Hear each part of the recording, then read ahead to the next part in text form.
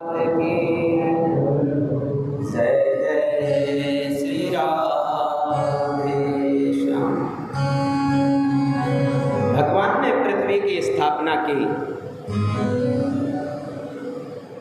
आइए वृंदावन का एक बार हम सब लोग स्मरण कर लें। हरि वृंदावन धाम अपार, रटे जा राधे राधे। वृंदावन धाम अपार, रटे जा राधे राधे। हरे वृंदावन धाम अपार,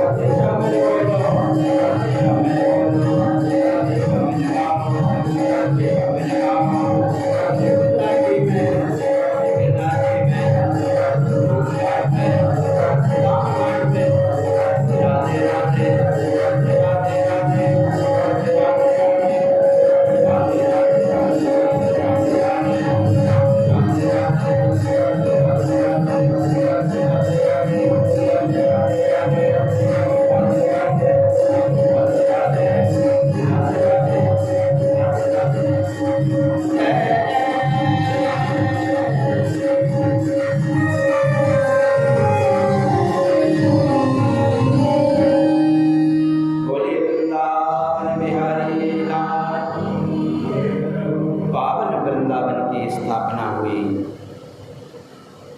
कहते हैं कि जब तक मन में लोभ बैठा है तब तक ज्ञान की प्राप्ति नहीं हो सकती। हमारे जीवन में अगर लोभ है तो पहले उस लोभ को मानना चाहिए, तब हमारे अंदर ज्ञान प्रकट हो। भागवत जी में भगवानों की अवतारों की कथा के क्रम में भी बदलाव है।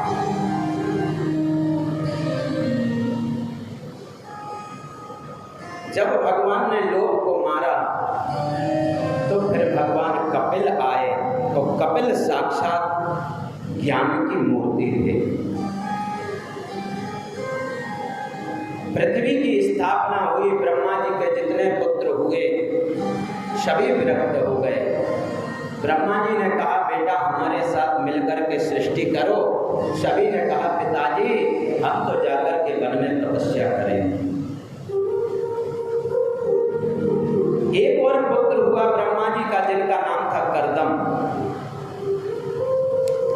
कर्दम का मतलब है जिसने अपनी सभी इंद्रियों को जीत लिया, उसी का नाम कर्दम। ब्रह्मा जी बोले बेटा विवाह करो, शादी करो, हमारे साथ में सृष्टि को बढ़ाओ। कर्दम जी बोले पिताजी हमें इस चक्कर में नहीं पड़ना है। प्रेम से वन में चले गए। जाने के बाद वन में कई वर्षों तक तपस्या की।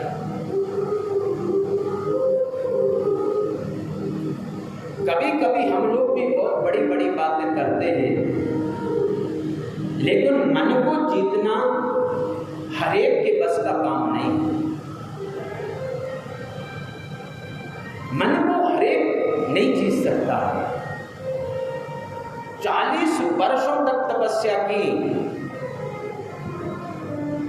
और जब तपस्या खुली तो मन में सोचते दुनिया के लोग विवाह करते हैं, अपनी पत्नी के साथ भी रहते हैं, हमें देखो हम जंगल में पड़े हैं, हम भी विवाह करेंगे। प्रेम से बोलो।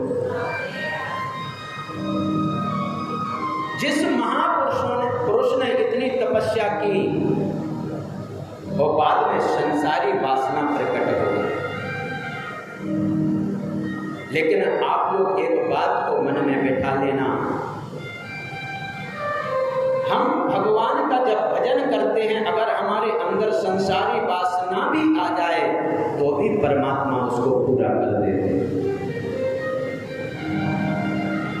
भगवान कर्दम के पास में गए और कर्दम ऋषि से बोले कि बाबा विवाह करोगे?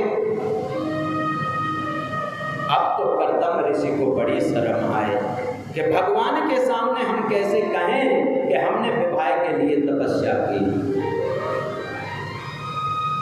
समय बदल गया है। पहले का समय था जब माता पिता अपने बेटा बेटी का विवाह करते थे और विवाह की चर्चा करते थे तो वहां से बेटा बेटी उठ के चले जाते थे। और आज का समय, बोले आज का समय ऐसा है, बेटा जब घर शाम को आता है तो माँ से कहता मॉम देखो मैंने ये लड़की पसंद की है। प्रेम से बोलो। होता और समय का परिवर्तन देखो, माँ भी कहती है बड़ी मलूक है, अगर हो जाए रिश्ता तो बहुत बढ़िया है। प्रेम से पहले का समय था कि माता पिता की जब विवाह की बात करते थे तो संकोच लगता था, वहां से उठ के चले गए। कर्दम ऋषि ने मन में सोचा मैं कैसे कहूं भगवान से कि मैंने विवाह के लिए तपस्या की। कर्दम जी बोले प्रभु मुझे कोई विवाह नहीं करना, मुझे तो केवल आपका भजन करना है। भगवान बोले अगर विवाह नहीं करना है तो आप पहले बता देते, मैं तो तुम्हारे विवाह की बात पक्की करके आया हूं। करी थोड़ी थी, वो तो मन की ले रहे थे। प्रेम से बोलो। कर्दम जी बोले प्रभु वैसे तो चक्कर में नहीं पड़ना था, अगर आप बात पक्की कर ही आए हैं तो फिर हम विवाह कर लेंगे। प्रेम से बोलो। लेकिन कर्दम जी चरणों में प्रभु के पड़ गए और और बोले प्रभु मेरे से बहुत बड़ी गलती हो गई, मैंने विवाह के लिए तपस्या की लेकिन अब आपका दर्शन हो गया है, अब मुझे लगता है कि मुझे संसार में नहीं रहना चाहिए। कर्दम जी कहते मैं विवाह तो करूंगा लेकिन मेरी आपसे एक शर्त है। बोले क्या शर्त है? बोले मैं विवाह करूंगा तो मेरे घर में पुत्र बन करके आपको आना पड़े। भगवान बोले मुझे स्वीकार है। भगवान वहां से गए, एक मनु नाम के राजा थे, उन्होंने से कहा कि तुम अपनी बेटी, बीच वाली बेटी को लेकर के जाओ और कर्दम जी के साथ में विवाह करो। मनु नाम के राजा आए, अपनी बेटी देवहूति को लेकर के आए और कर्दम ऋषि के साथ में विवाह करते।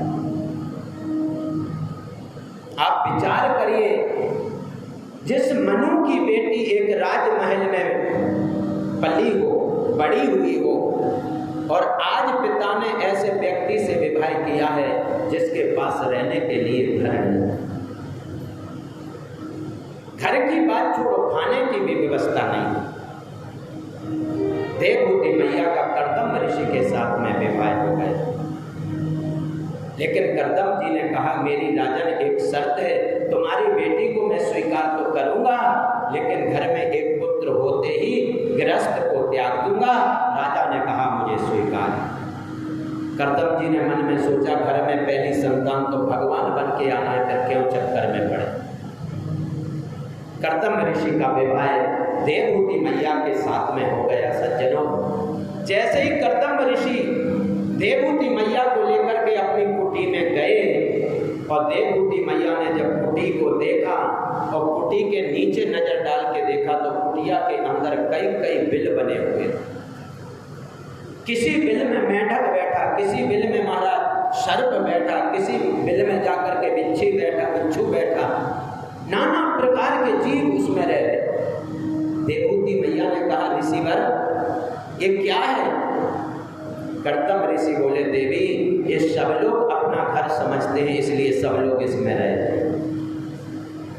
ऊपर नजर डाल के देखा तो कई कई चिड़ियों के घोंसले बने। देवहूति मैया ने कहा नीचे हजारों बिल हैं, ऊपर सैकड़ों घोंसले बने हैं, फिर श्रीमान जी आप कहाँ रहते हो? कर्दम ऋषि बोले जो 1.5 बाय 1.5 का आसन लगा है वहीं पर हम रहते हैं। देवहूति की मैया के नेत्र खुले रह गए। मन में सोचा मुझे इतना बड़ा तपस्वी पति मिला है, मेरा बड़ा सौभाग्य। कर्दम ऋषि ने कहा देवी जैसा तुम चाहो वैसे घर को संभालो, मैं थोड़ा भगवान का ध्यान कर लूं। और महाराज ऋषि की तो तपस्या लग गई, समाधि में बैठ गए। 40 वर्ष की समाधि लग गई। लेकिन एक मां का कर्तव्य देखिए, एक पतिव्रता नारी का कर्तव्य देखिए। जब पति समाधि में बैठे तो देवहूति मैया क्या करती हैं? पानी, लोटे में पानी लेकर के आती हैं, अपने पल्लू से ऋषि का चेहरा साफ करती हैं, चंदन लगाती हैं, पुष्प चढ़ाती हैं और अपने पति की आरती करती हैं। एक पतिव्रता नारी का कर्तव्य है। कभी जाकर के जंगल में से फल तोड़ करके खा लेती हैं, कभी फल नहीं मिलते तो पानी पी करके जीवन को निकाल रही।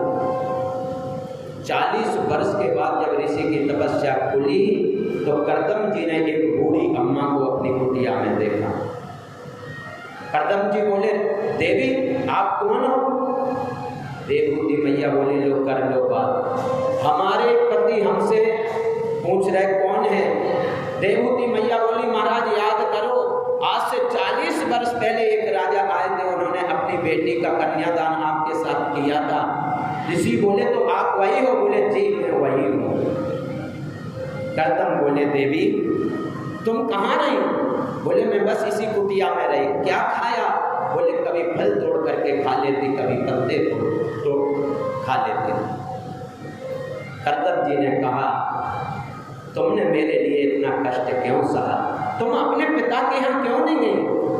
देवहूति मैया ने कहा जिस दिन बेटी का कन्यादान हो जाता है उस दिन से पिता का घर नहीं, उसके लिए तो पति का घर ही सर्वोपरि।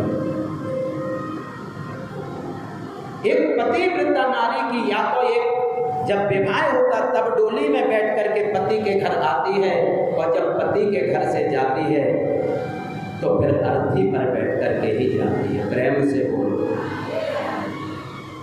आजकल का समय नहीं है, जरा सी बात हुई, बोले क्या चाहते हो, बोले हमारा तो कोर्ट में केस चल रहा है। प्रेम से बोलो। ऋषि के नेत्र आंसू बहने लगे, बड़े प्रसन्न हुए और कहा तुमने मेरे लिए इतना त्याग किया है देवी, अपनी आंखों को बंद करो। और जैसे देवहूति मैया ने आंखों को बंद किया, बोले खोल करके देखो। जैसे ही आंखें खोल करके देखी, एक विशाल सरोवर है और उस सरोवर के अंदर 9 मंजिला का महाराज विशाल महल बन करके तैयार हो गया। लाखों आभूषण, सैकड़ों दास दासियां, जो वैभव देवहूति मैया ने अपने पिता के घर नहीं देखा था, वो वैभव आज ऋषि के यहाँ पर देखा। ऋषि ने देवहूति मैया का हाथ पकड़ा, सरोवर में जैसे ही गोता लगाया तो कर्दम ऋषि बन गए 20 वर्ष के, और देवहूति मैया बन गई 16 वर्ष की। प्रेम से बोलो। लाखों दास दासियां महाराज। लेकिन कर्दम ऋषि के मन में बात थी कि पहली संतान होते गृहस्थ त्याग दूंगा। पहले बेटा तो नहीं हुआ, लेकिन कर्दम ऋषि के घर में 9 बेटियों का जन्म हो गया। आज हमारे घर में एक बेटी हो जाती है तो हमें भारी लगती है, 2 बेटी हो जाए तो महाराज मुंह ऐसे फूल जाता है जैसे किसी ने गुब्बारा फुला दिया हो। प्रेम से बोलो। लेकिन उस ऋषि को देखिए, कर्दम ऋषि के यहाँ पर 9 कन्याओं का जन्म हुआ। कर्दम ऋषि ने अपनी बेटियों का बड़े बड़े ऋषियों के साथ में विवाह कर दिया, और 10वीं संतान के रूप में कपिल भगवान का प्रकट हुआ। बोलिए कपिल भगवान की। कपिल भगवान साक्षात भगवान का अवतार है। कर्दम ऋषि ने कपिल भगवान को प्रणाम किया और पत्नी से बोले, देवी तुम जानो तुम्हारा बेटा जाने, अपन तो जाते हैं जंगल में तपस्या करने। कर्दम ऋषि चले गए, लेकिन सज्जनों, समझदार वही होता है जो बहती गंगा में गोता लगा लेता है। माँ ने सोचा मेरा सौभाग्य देखिए, मेरे घर में साक्षात भगवान पधारे हैं। मैया ने आज कपिल भगवान को सुंदर स्नान कराया, स्नान करा के वस्त्रों को पहनाया, माथे पर चंदन लगाया, एक छोटी सी चौकी लगाई और उस चौकी पर कपिल देव भगवान को विराजमान किया।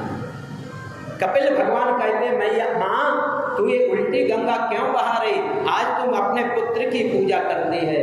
देवहूति मैया ने कहा बेटा ये तो मुझे बहुत पहले करना था, लेकिन आज मैं जो करती हूँ प्रभु उसे आप रोकना नहीं। सुंदर आसन पर बैठा करके, भागवत जी में तो ऐसा नहीं लिखा कि 9 बहनें आई थी, लेकिन अन्य पुराणों में ऐसा लिखा है कि कपिल भगवान की 9 बहनें भी वहां पर आ गई। कपिल भगवान की माँ बैठी हैं और हाथ जोड़ करके निवेदन करती हैं, प्रभु मेरा आपसे कुछ प्रश्न है। कपिल भगवान कहते माँ कहो क्या बात। बहुत ध्यान से सुनना। कि निर्विण्णा निद्रां भूमन् न सदिन्द्रिय दर्शनात् येन संभाव्यमानेन प्रपन्नाथं तमाप्रभु। देवहूति मैया कहते हैं प्रभु निर्विण्णा निद्रां भूमन्, मेरी जो इंद्रियां हैं 5 कर्मेंद्रियां और 5 ज्ञानेंद्रियां ये अपनी तरफ खींचती हैं। प्रेम से बोलो। देवहूति मैया कपिल भगवान से कहती प्रभु मेरी परिस्थिति ऐसी बनती है जैसे किसी व्यक्ति की अन्य पत्नी हो और अपनी तरफ खींचती हो, ऐसे ही मेरी जो 10 इंद्रियां हैं अपनी तरफ खींचती हैं। प्रभु इन इंद्रियों को बस में करने का क्या साधन है। दूसरा प्रश्न किया कि प्रभु बंधन किसका है, बंधन आत्मा का है या बंधन इस शरीर का। और तीसरा प्रश्न मां ने किया है कि गोविंद इस मन को लगाने का सरल उपाय क्या है, इस मन को प्रभु के चरणों में हम कैसे लगाएं। प्रश्नों को सुनकर के कपिल भगवान गदगद हो गए और कहा, मां वैसे तुम बड़ी विदुषी है, ज्ञानी है, फिर भी जो मैंने जीवन में जाना है मैं तुझे अवश्य बताऊंगा। बहुत ध्यान से कथा को सुनना। कपिल भगवान कहते हैं, मां अगर हमें इंद्रियों को वश में करना है तो प्रत्येक इंद्री का मुंह परमात्मा की तरफ आप मोड़ दीजिए।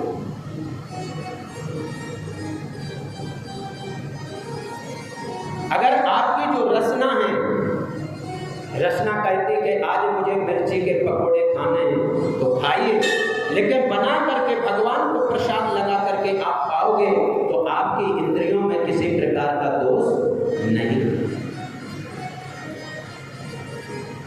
संयम के द्वारा भी अपनी इंद्रियों को वश में किया जा सकता है। कपिल भगवान कहते, मां इंद्रियों को वश में करना ही चाहिए।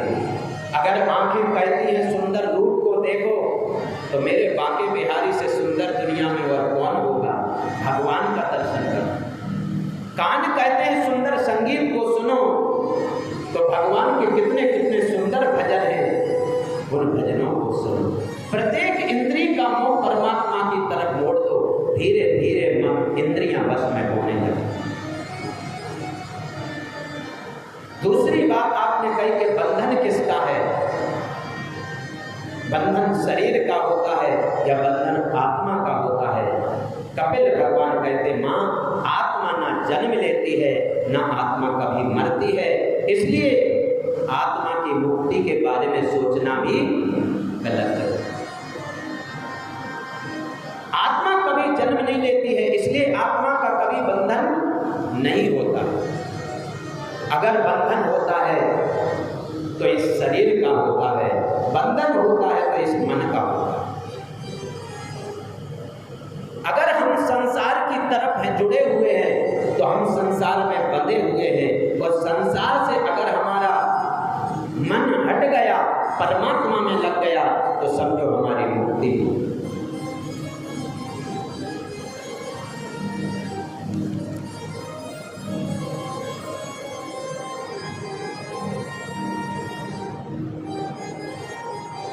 इसलिए मां अगर मन को वश में करना है तो ज्यादा से ज्यादा भगवान की कथाओं को सुनो। इंद्रियों को वश में करना है तो ज्यादा से ज्यादा भगवान का सत्संग करो। जाने बिन ना होए परतीति बिन जाने बिन ना होए, जाने बिन ना होए परतीति बिन जाने ना होए प्रेम।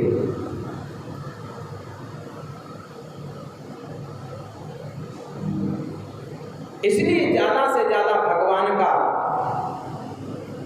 हमें भजन करना चाहिए, सत्संग करना चाहिए। प्रेम से बोलो।